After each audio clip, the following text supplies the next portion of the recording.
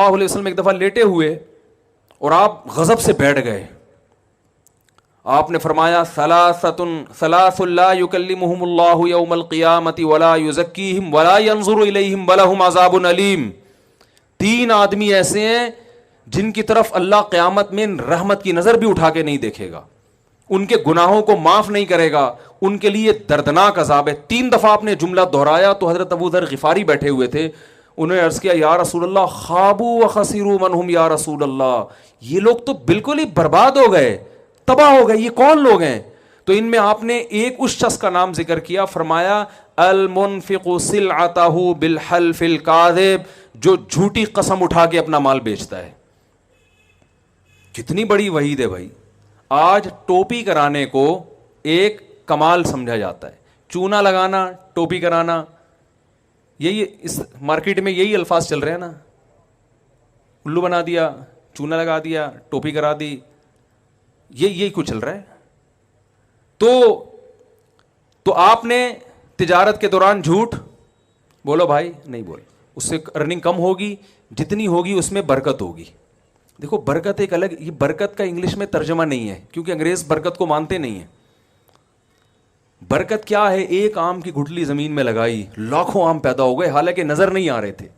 تو اللہ نے قرآن میں فرمایا کہ اللہ ایسے لوگوں کے مالوں کو بڑھاتا ہے جیسے گندم کے ایک دانے سے 100 دانے پیدا ہوتے ہیں, ایسے اللہ تعالیٰ بڑھاتا ہے. ایماندار تاجر کا جو مال میں برکت اس سپیڈ سے ہوتی ہے, اتنی سپیڈ سے مال میں برکت ہوتی ہے. تو پہلا آپ نے التزام کرنا ہے کہ تجارت میں جھوٹ بولو بھائی, نہیں بول. رشوت دینا بعض صورتوں میں جائز ہے. کسٹم میں آپ کا مال پھنسا ہوا ہے, کسٹم کا جو آفیسر ہے وہ رشوت لیے بغیر مال کو کلیئر ہی نہیں کر رہا اور آپ حق پر ہیں, وہ زبردستی کر رہا ہے آپ کے ساتھ. تو میں اس لیے جائز چیزیں بھی بتا دیتا ہوں کہ لوگ پھر کہتے ہیں یار 100% اسلام کے مطابق تو بزنس پھر ہمارے لیے ممکن ہے ہی نہیں. اب اگر کنٹینر آپ کا پھنسا ہوا ہے پورٹ پہ, کسٹم والے کہہ رہے ہیں کہ پیسے دو تو چھوڑیں گے, آپ کہہ رہے ہیں رشوت دینا حرام ہے, لینا بھی حرام ہے, تو اس کا مطلب پھر ظاہر ہے آپ کو یہ بزنس چھوڑنا ہی پڑے گا نا, وہ تو وہیں رہے گا قیامت تک, وہ ایلفی سے چپکا کے چلے جائیں گے. تو رشوت کا اصول یاد رکھیں. یہ میں اس لیے کہہ رہا ہوں کہ کچھ چیزیں لوگ ناجائز سمجھ رہے ہوتے ہیں, حقیقت میں اس کی گنجائش ہوتی ہے, تو وہ علماء سے آپ نے پوچھنا ہے کہ اس کی شرعاً کتنی گنجائش ہے کتنی نہیں.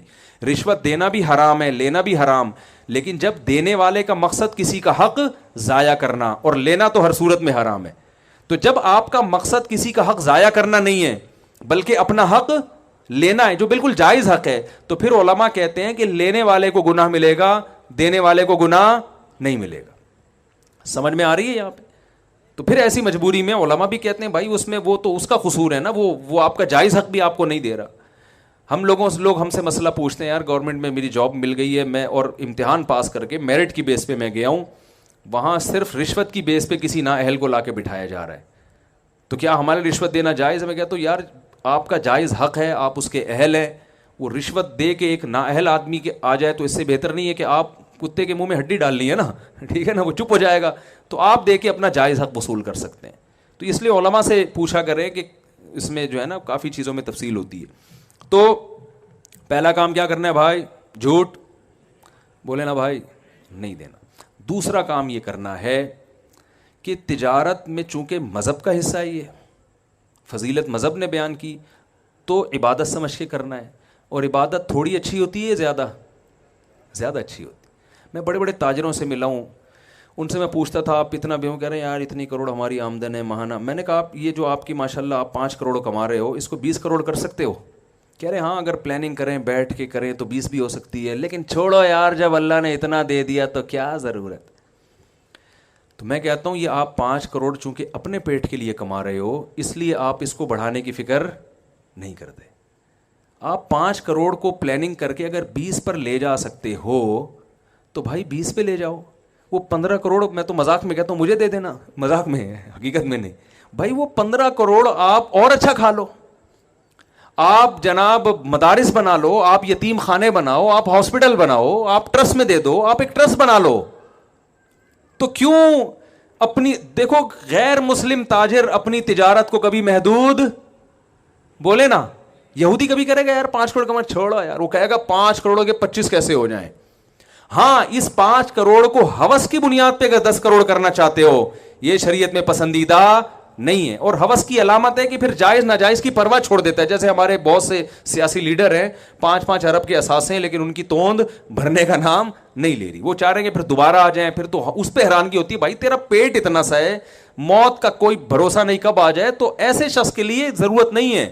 اس کے لیے حدیث میں آتا ہے نبی صلی اللہ علیہ وسلم نے فرمایا جسے 2 ٹائم کھانے کو مل جائے, سر چھپانے کے لیے جگہ مل جائے, جسم کسی بڑی بیماری سے پاک ہو جائے تو گویا پوری دنیا کی دولت سمیٹ کے اللہ نے اس کو دے دی ہے. تو اب ہوس کرنے کی اجازت نہیں ہے. تو اگر ہوس کی بیس پہ آپ 5 کروڑ بھی کما رہے ہو تو غلط ہے, اور ہوس کے بغیر 5 ارب بھی کما رہے ہو تو اس کو 10 ارب پہ لے کر آؤ آپ. کیونکہ دنیا کی لگام مسلمانوں نے اپنے ہاتھ میں لینی ہے. تو یہ لگام دنیا کی اپنے ہاتھ میں لینے کے لیے 8-10 کروڑ کی تجارت کافی نہیں ہے. تو بڑھاؤ اس کو. ہاں اعتدال ضروری ہے کہ اتنا اس میں فکر نہ ہو جائے کہ نمازیں ضائع ہوں, صحت خراب ہونا شروع ہو جائے, بیوی بچوں کو ٹائم ہی دینا چھوڑ دیں. ایک ابھی واقعہ سامنے آیا, ایک صاحب سارا دن بزنس میں لگتا تھا ان کا. صبح جب گھر سے صبح نکلتے بچے سو رہے ہوتے تھے, جب گھر آتے تو بچے سو چکے ہوتے تھے, سارا دن دکان پہ.